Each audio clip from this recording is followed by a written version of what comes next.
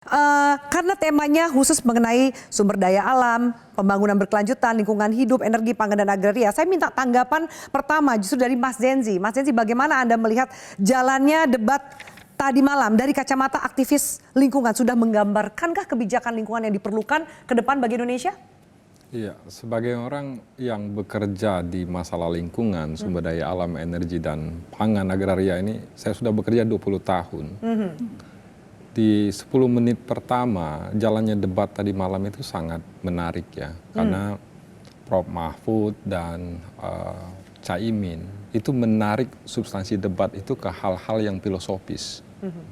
Berkaitan dengan hak masyarakat adat, filosofi peradaban Nusantara dalam pengelolaan sumber daya alam.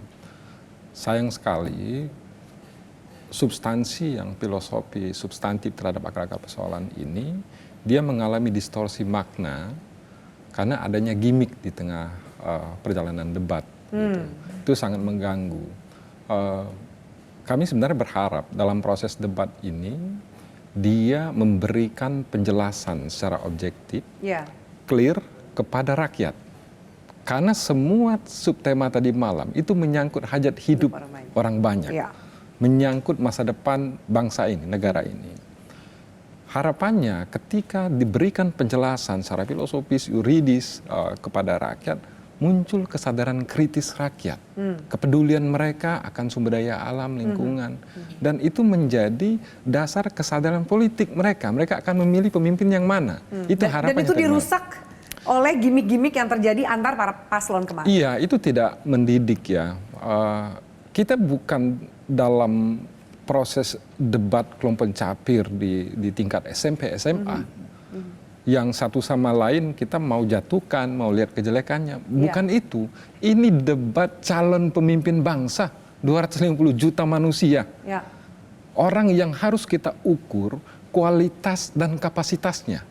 Pengetahuannya sejauh mana, keyakinannya sejauh mana, dan kemampuannya sebesar apa. Mengelola manusia, 250 juta jiwa, dan mengelola sumber daya alam, dan kultur kita yang 400 lebih etnik. Kita mau lihat kualitasnya ini di mana. Mas Zenzi, kalau kemudian kita pisahkan dari gimmick yang menurut Anda menjadi malah distorsi, diskusi yang harusnya substantif, adakah Anda lihat paslon mana yang dianggap, atau cawapres dari paslon mana yang dianggap minimal mendekati, ada terobosan atau solusi yang ditawarkan? Saya tertarik kepada dua kandidat ya. Satu, Caimin.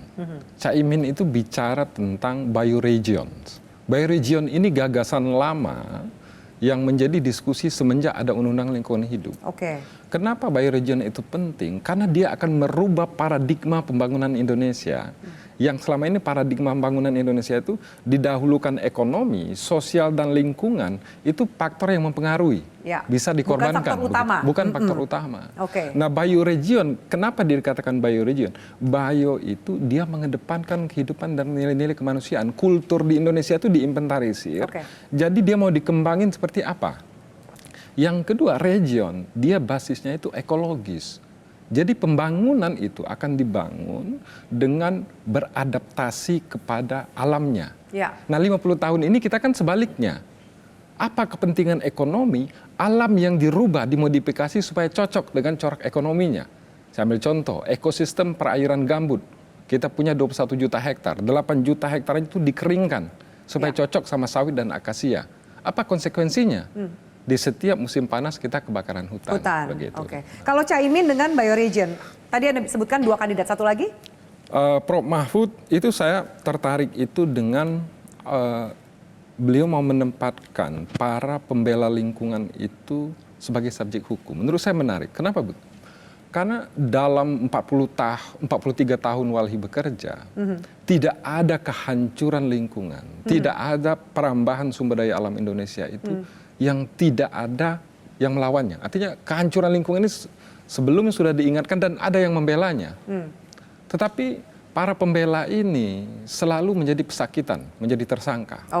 Dikriminalisasi? Dikriminalisasi. Makanya kejahatan sumber daya alamnya yang merajalela di bentang alam Nusantara ini.